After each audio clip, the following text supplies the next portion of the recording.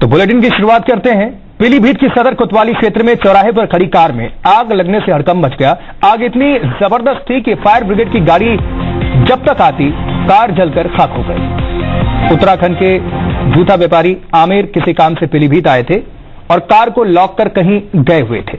अचानक कार में आग लग गई और स्थानीय लोगों ने फायर ब्रिगेड को फोन किया, लेकिन आग इतनी भयानक थी कि फायर ब्रिगेड की गाड़ी जब तक वहां पर पहुंचती तब तक कार राख हो चुकी थी जलकर। ये तस्वीरें आप देख सकते हैं किस तरह से धू-धू करके ये कार जो है वो जल पड़ी और पूरी तरह से देखते ही देखते मिनट्स के अंदर ही ये कार पूरी तरह से खाक हो गई जलकर। आधे घंटे पहले न्यूज मिली कि आपकी गाड़ी में आग लगी, इसमें भागते हुए यहाँ गाड़ी लगभग 12 बजे से खड़ी हुई है।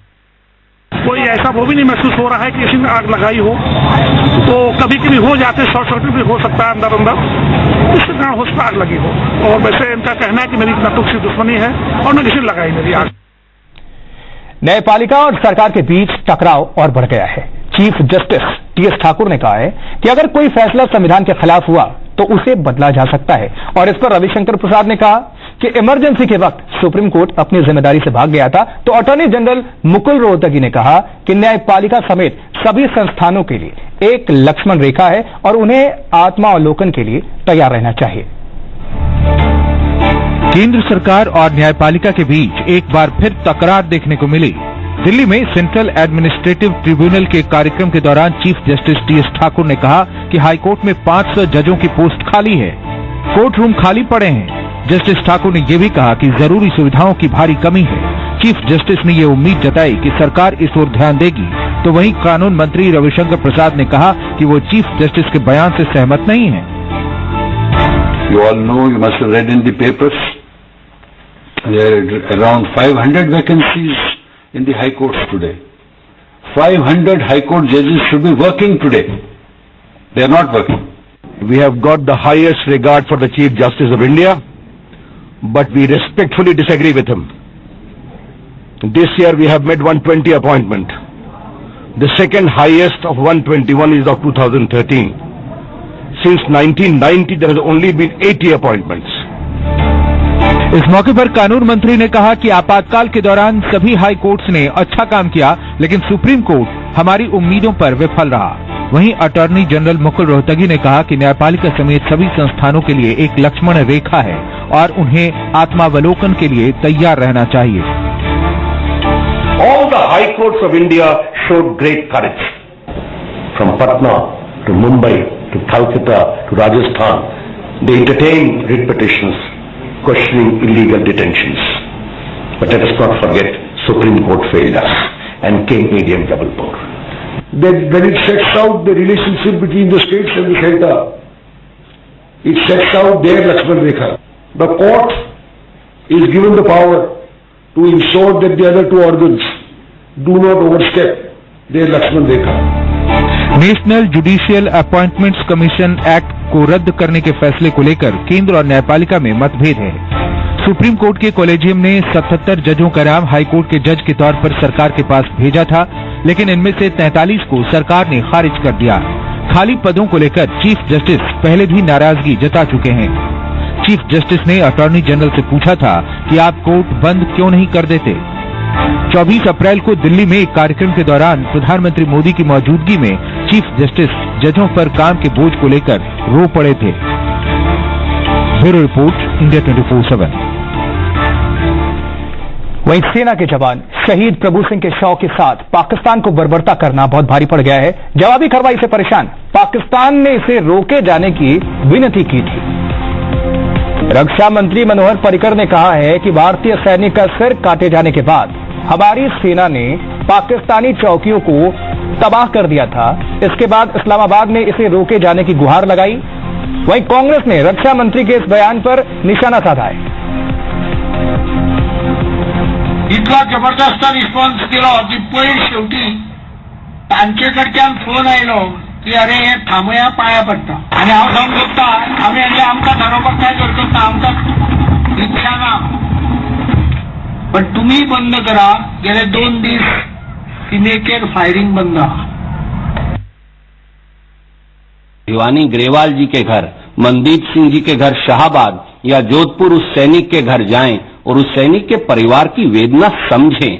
गोवा में बैठकर भाषण देना बहुत अच्छी बात है, परंतु जमीनी हकीकत से लड़ना और पाकिस्तान को जबरदस्त जवाब देना एक और अलग बात है। वास्तविकता जानिए और समझिए। तो वहीं पीओके पर जम्मू कश्मीर पर पूर्व मुख्यमंत्री फारूक अब्दुल्ला के विवादित बयान का चौतरफा विरोध हो रहा है। फारूक अब्दुल्ला के बयान के विरोध में आज जम्मू में बीजेपी कार्यकर्ता सड़क पर उतरे। बीजेपी कार्यकर्ताओं ने फारूक अब्दुल्ला के खिलाफ जमकर नारेबाजी की और फारूक अब्दुल्ला का पुतला भी फूंका। बीजेपी कार्यकर्ताओं ने फारूक के खिलाफ कार्रवाई की मांग की है। आपको बताएं कि फारूक अब्दुल्ला ने पीओके पर भारत के दावे पर सवाल उठाए थे।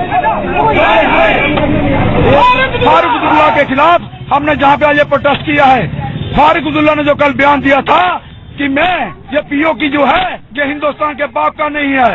साथियों, हम कहना चाहते हैं, फारूक अब्दुल्ला को बताना चाहते हैं, अगर पीओके जी अगर हिंदुस्तान के बाप का नहीं है तो तुम्हारे बाप का भी नहीं है।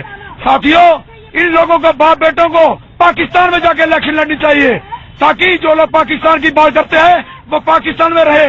और आज हम जहाँ पे अपनी सरकार से भी कहना चाहेंगे, ऐसे देशद्रोहियों पे मुकदमा चलाना चाहिए और इन्हों को जेलों के अंदर सोचना चाहिए, ताकि जो लोग संविधान की शपथ लेते हैं, सीएम जहाँ पे बनते हैं, एमएलए जहाँ पे बनते हैं और बात करते हैं पाकिस्तान की, शर्म आनी चाहिए ऐसे ने तो।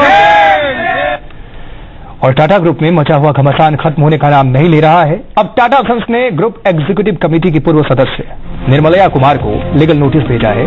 निर्मलया कुमार पर टाटा सन्स ने महत्वपूर्ण जानकारी लीक करने का आरोप लगाया है और इससे पहले निर्मलया कुमार ने टाटा सन्स पर करारा हमला बोला था। कुमार ने टाटा ग्रुप में कॉर्पोरेट गवर्नेंस पर भी सवाल खड़े किए थे। वहीं साइरस मिस्त्री के बाद टाटा सन्स ने उनके सहयोगी निर्मलया कुमार को भी कंपनी से बाहर का रास्ता दिखा दिया था। और कई हफ्तों से चल रही कयासबाजी को खत्म करते हुए पाकिस्तान ने आज नया आर्मी चीफ चुन लिया है। पाकिस्तान के प्रधानमंत्री नवाज शरीफ ने लेफ्टिनेंट जनरल कमर जावेद बाजवा को इस पद के लिए चुना है।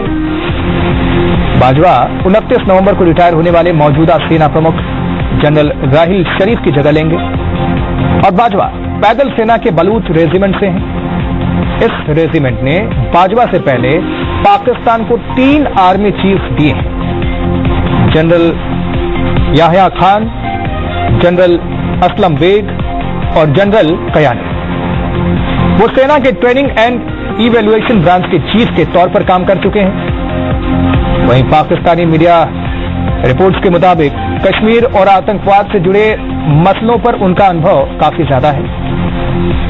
वो संयुक्त राष्ट्र शांति मिशन के तहत अफ्रीकी देश कांगो में काम कर चुके हैं और इस दौरान उनके साथ पूर्व भारतीय सेना प्रमुख जनरल विक्रम सिंह भी थे।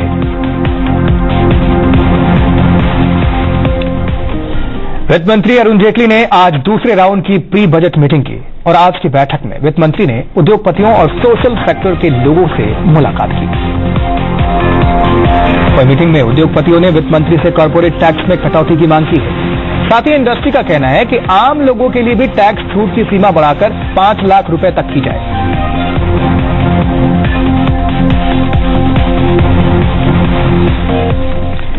पत्नी सारा सिंह की हत्या के आरोप में गिरफ्तार एसपी नेता अमनमणि त्रिपाठी को साकेत कोर्ट में पेश किया गया और जहां कोर्ट ने उन्हें 3 दिन की सीबीआई रिमांड पर भेज दिया है। हालांकि सीबीआई ने 10 दिनों की रिमांड मांगी थी।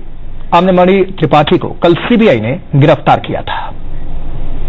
जो एविडेंस अवेलेबल थे, जो टेक्निकल और साइंटिफिक एविडेंस थे, वो 2015 के थे, जिस पर कोर्ट ने उनको कहा कि 2015 की ये एविडेंस है। पोस्टमार्टम से रिलेटेड जो है रिकॉर्ड इन्होंने कोर्ट के सामने नहीं रखा।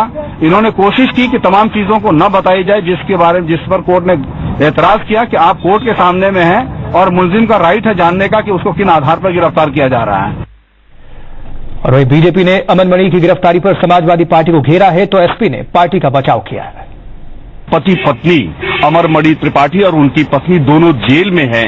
उनका बेटा अपनी पत्नी सारा की हत्या के दोष उसके ऊपर लगा है और सीबीआई ने उसे गिरफ्तार किया है, लेकिन दुर्भाग्य है इस उत्तर प्रदेश का कि दबंग माफिया का बेटा होने के बाद भी समाजवादी पार्टी ने अपना उसे प्रत्याशी बनाया है और समाजवादी पार्टी पूरे प्रदेश में हर जिले के जो दबंग और माफिया हैं उन्हें ही अपना प्रत्याशी बनाती है और उसी के आधार पर समाजवादी पार्टी सीटें जीता करती है।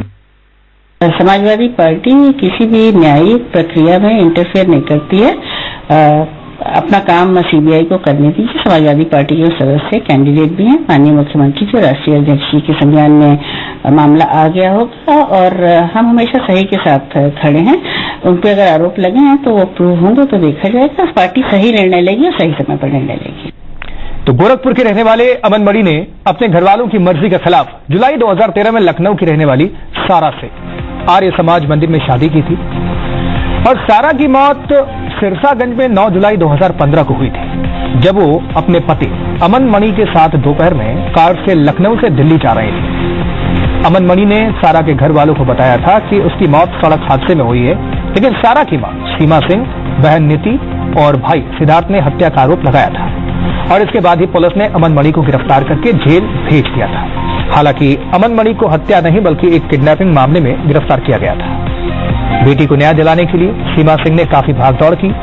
मामले में हत्या का मुकदमा दर्ज हुआ और नतीजा रहा कि अक्टूबर 2015 में प्रदेश सरकार की सिफारिश पर सीबीआई ने इस मामले में मुकदमा दर्ज कर जांच शुरू की और सीबीआई ने 2 महीने में कई लोगों के बयान दर्ज किए और फोरेंसिक रिपोर्ट का पूरा अध्ययन किया। फिर जेल में बंद रहे अमन मणि से पूछताछ की, लेकिन उसके बाद रफ्तार सुस्त पड़ गई।